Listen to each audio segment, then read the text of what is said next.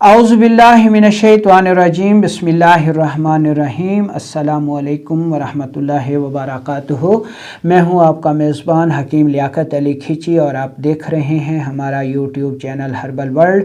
और मौजू हमारा चल रहा है जी कानून मुफरद अज़ा की क्लास का, जिसमें आज हम क्लास दहम यानी 10वीं क्लास को पढ़ेंगे। और इस क्लास का उन्वान है जी कानून मुफरद अज़ा की इस्तिलाहात। अपने टॉपिक की तरफ बढ़ने से पहले आपसे गुजारिश है कि अगर आपने हमारा ये चैनल सब्सक्राइब नहीं किया तो जल्दी से इसे सब्सक्राइब कर दें और साथ लगे घंटी के बटन को भी दबा दें, ताकि तिब व सेहत के मौजू पर हर नई आने वाली वीडियो आपको सबसे पहले मिलती रहे। दोस्तों, इस्तिलाहात किसी भी शोबे के लिए बहुत ज़्यादा अहम होती हैं और एक लफ्ज़ बोल देने से यानी इस्तिलाह का एक लफ्ज़ बोल देने से इंसान पूरी की पूरी तशरीह करने से बच जाता है और आगे वाला इंसान उसी शोबे से ताल्लुक़ रखने वाला वो हर चीज़ को समझ जाता है उस एक ही लफ्ज़ के बोलने से।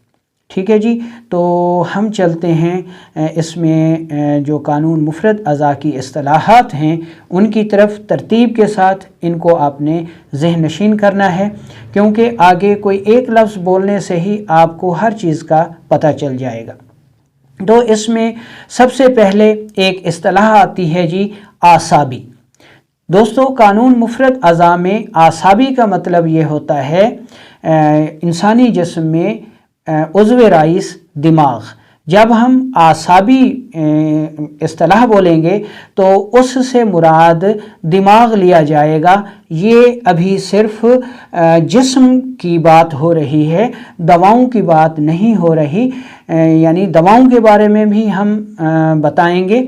और अगर यही इस्तिलाह किसी दवा के लिए बोली जाए ये कि ये जड़ी बूटी आसाबी है, तो इसका मतलब ये है कि ये जड़ी बूटी दिमाग व आसाब को तहरीक देने वाली है, बलगम पैदा करने वाली है। ठीक है जी। इसी तरह दूसरी इस्तिलाह है उज़लाती।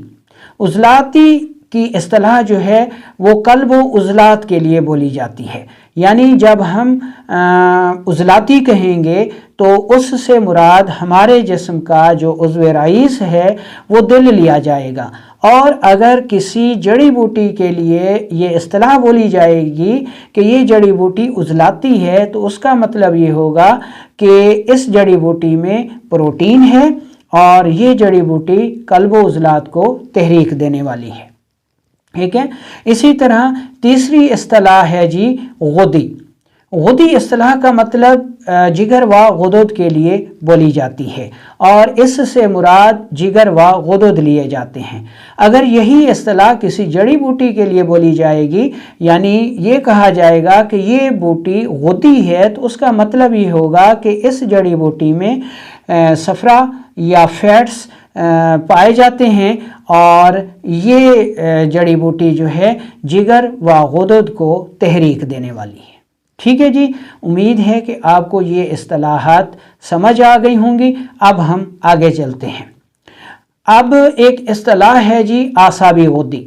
जब आसाबी गुदी इस्तिलाह बोली जाएगी तो उसका मतलब ये होगा कि इस वक्त उज़्व राइस दिमाग जो है उसका ताल्लुक़ जिगर के साथ है और जो कल्ब है वहाँ तस्कीन है। ठीक है जी।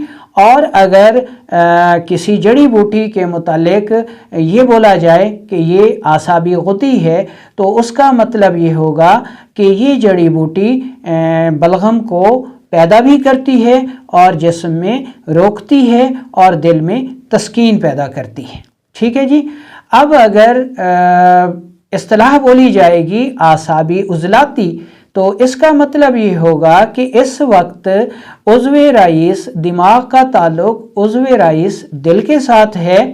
और अगर किसी जड़ी बूटी के मुतालिक ये बोला जाएगा कि इसका मिजाज या इसकी तहरीक आसाबी उज़लाती है, तो उसका मतलब ये होगा कि ये जड़ी बूटी खिलते बलगम को पैदा करने के साथ साथ उसका अखराज भी करती है और तहरीक को भी कल्ब व उज़लात में मुंतकिल करती है। इसी तरह अब आ जाता है तीसरी इस्तिलाह ٹھیک ہے، اس کو ہم کہتے ہیں جی عضلاتی اعصابی۔ اب جب عضلاتی اعصابی اصطلاح انسانی جسم کے لیے بولی جاتی ہے تو اس کا مطلب یہ ہے کہ قلب و عضلات کا تعلق دماغ کے ساتھ ہے، اور اس صورت میں خلط سودا پیدا بھی ہو رہی ہے اور جسم میں سٹور بھی ہو رہی ہے، اور اس وقت جگر میں تسکین ہے۔ ٹھیک ہے جی۔ اسی طرح جب کسی جڑی بوٹی کے متعلق یہ بولا جائے گا کہ یہ عضلاتی اعصابی ہے تو اس کا مطلب یہ ہے کہ یہ جڑی بوٹی پروٹین کو پیدا کرنے کے ساتھ ساتھ سودا کو پیدا کرنے کے ساتھ ساتھ جسم میں روکتی بھی ہے اور جگر و غدود میں تسکین بھی پیدا کرتی ہے۔ ٹھیک ہے جی۔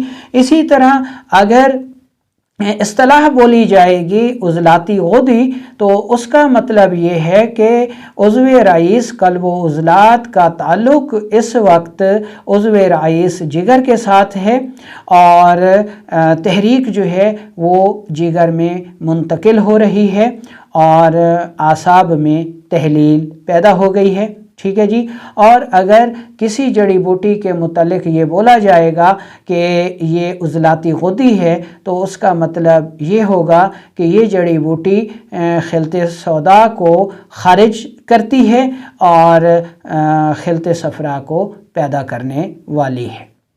اسی طرح اگر اصطلاح بولی جائے گی غدی عضلاتی تو اس کا مطلب یہ ہوگا کہ ہمارے عضو رئیس جگر کا تعلق جو ہے وہ اس وقت دل کے ساتھ ہے، اور ہمارا جو دماغ ہے اس میں تسکین ہے۔ ٹھیک ہے جی۔ اور اس وقت خلط صفرا جو ہے وہ پیدا ہونے کے ساتھ ساتھ انسانی جسم میں رک بھی رہی ہے۔ اور اگر یہی اصطلاح یعنی غدی عضلاتی کسی جڑی بوٹی کے متعلق بولی جائے گی، کسی خوراک کے متعلق بولی جائے گی تو اس کا مطلب یہ ہوگا کہ یہ جڑی بوٹی خلط صفرا کو پیدا کرنے کے ساتھ ساتھ جسم میں روکتی بھی ہے اور اعصاب میں تسکین پیدا کرتی ہے۔ اسی طرح اگر اصطلاح بولی جائے گی غدی اعصابی تو اس کا مطلب یہ ہوگا کہ عضو رئیس جگر و غدود کا تعلق اس وقت اعصاب کے ساتھ جڑ گیا ہے، اور اس میں جو خلط صفرا ہے وہ خارج ہو رہی ہے اور رطوبات بڑھ رہی ہیں، جس کی وجہ سے دماغ جو ہے وہ تحریک میں آ رہا ہے۔ ٹھیک ہے جی۔ تو اگر کسی جڑی بوٹی کے متعلق یہ اصطلاح بولی جائے گی کہ یہ غدی اعصابی ہے تو اس کا مطلب بھی یہی ہوگا کہ یہ جڑی بوٹی صفرا کو خارج کرنے والی ہے اور رطوبات کو پیدا کرنے والی ہے، یعنی محرک دماغ و اعصاب ہے۔ تو دوستو یہ ہو گئیں اصطلاحات قانون مفرد اعضاء کی جسم کے متعلق اور جڑی بوٹیوں کے متعلق۔ ادویات کے متعلق جو اصطلاحات ہیں وہ فارماکوپیا کے تحت آئیں گی، تو وہ انشاءاللہ اس کے بعد جب ان کا مقام آئے گا تو وہ بھی ہم ضرور بیان کریں گے۔ آج کا لیکچر اصطلاحات بس یہیں تک تھا۔